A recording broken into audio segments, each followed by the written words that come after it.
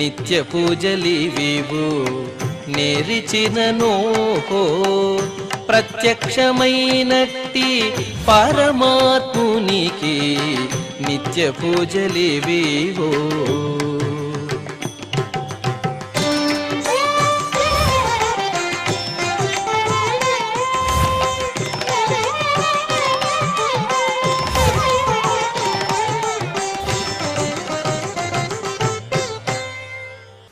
ఓం నమో వెంకటేశాయ.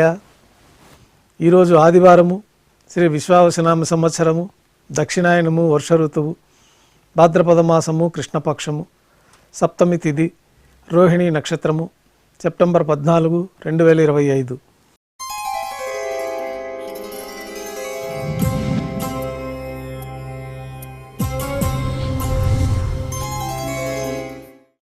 మాధ్యాహ్నిక ఆరాధనలో భాగంగా బంగారు పంచపాత్రలు శుద్ధి చేసుకొని మూలమూర్తికి, ఉత్సవమూర్తులకు ఉపచారాలు సమర్పించి తులసి దళములతో అష్టోత్తర శతనామార్చన నిర్వహించి మాధ్యాహ్నిక నైవేద్యంలో భాగంగా అన్నప్రసాదాలు స్వామివారి ఘంటానాదం మధ్య నైవేద్యంగా సమర్పించి అనంతరం భక్తులని సర్వదర్శనానికి అనుమతిస్తారు.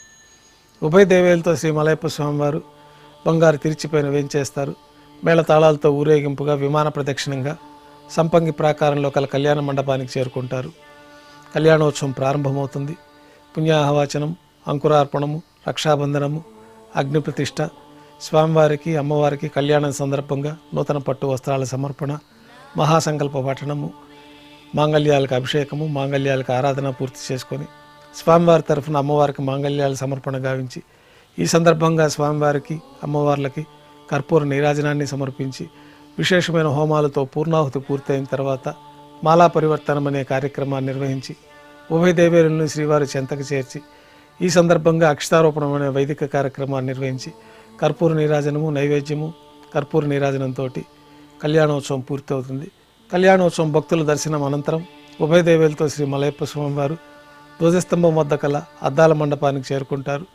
వేదపారాయణ నడుమ ఊంజల్ సేవ నిర్వహించి కర్పూర నీరాజనంతో ఊంజల్ సేవ పూర్తి చేసుకొని ఉభయ దేవేరులతో శ్రీ మలయప్ప స్వామివారు మేళతాళాలతో ఊరేగింపుగా ఆలయం వెలుపల కల వైభవోత్సవ మండపానికి చేరుకుంటారు.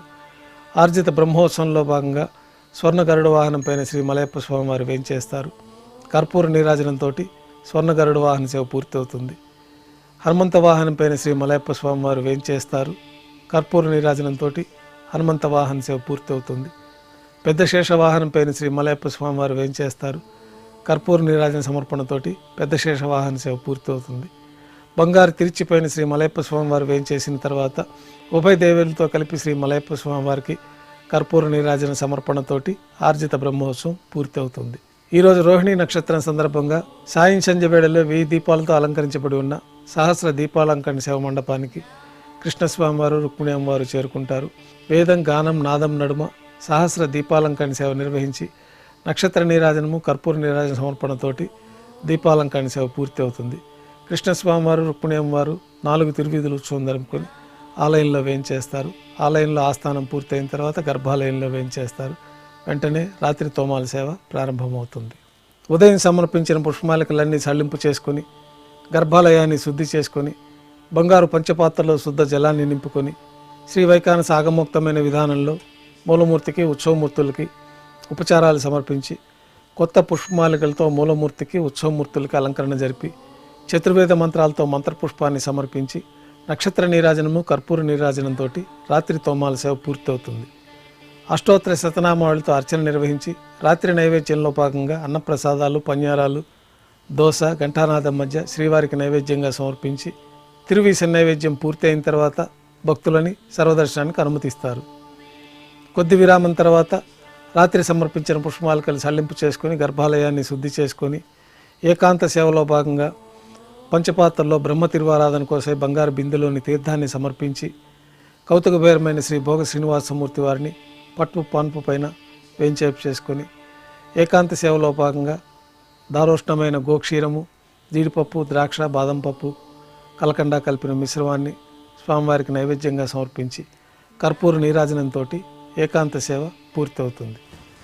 ఓం నమో వెంకటేశాయ.